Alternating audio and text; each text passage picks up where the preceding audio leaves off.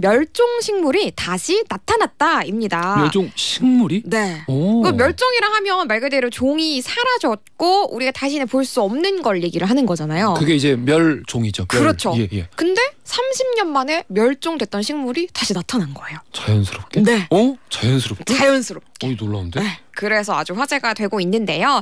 그러니까 일명 요정의 램프라고 불리는 식물이고요. 티스미아 코벤시스가 정식 명칭입니다. 예. 네, 30년 만에 일본에서 다시 발견이 된 거고요. 네, 일본의 고베 대학교의 연구팀이 얼마 전에 국제과학저널에 이 티스미아 코벤시스라는 식물을 재발견을 했다. 그러니까 예. 인위적으로 키워낸 게 아니라 정말 발견을 했다. 신기하다. 라고 공식 발표를 한 건데요. 예. 이 식물은 30년 전인 지난 1992년에 일본의 고베시에서 처음으로 발견됐었고 이제 얼마 안 가서 멸종이 된 것 같다라고 보고가 됐었어요. 예. 그런데 이제 처음에 서식지로 추정이 되었던 지점에서 약 29km 정도 떨어진 효고현에서 이 식물을 최근에 다시 발견하게 된 거라고 합니다. 보통 이렇게 뭐 멸종된 게 다시 뭐 나타났다라는 거는 우리가 이제 그 인간이 인위적으로 그쵸. 개입을 해서 맞아요. 만들어내는 경우들이 많은데 이거는 자연적으로 나타나다고 하니까 놀랍기도 하고 맞아요. 또 이 사진을 보니까 너무 작아요. 그쵸. 이걸 어떻게 찾았지? 작고 소중해. 이 살아나는 걸 어떻게 찾았지 이거를? 발견한 분도 대단하시죠. 오.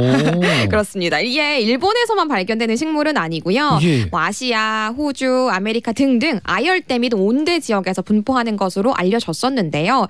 애초에 이 식물 자체가 처음부터 이제 광합성을 하지 못하고 균류를 섭취하는 게 특징이어가지고 이게 넓게 분포하는 종은 아니었다고 해요. 그래서 관련 자료가 별로 없었는데 최근에 30년 만에 다시 모습을 드러내서 앞으로는 좀 유의미한 연구를 많이 할 예정이라고 하더라고요. 그렇구만요. 네.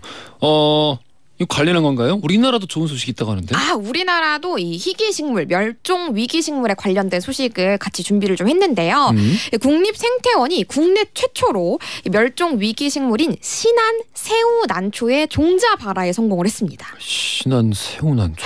이름이 귀엽죠. 그러니까 신안에서 발견이 되는 거고요. 예. 새우를 닮은 난초라고 해서 실제로 이렇게 이름이 붙은 겁니다.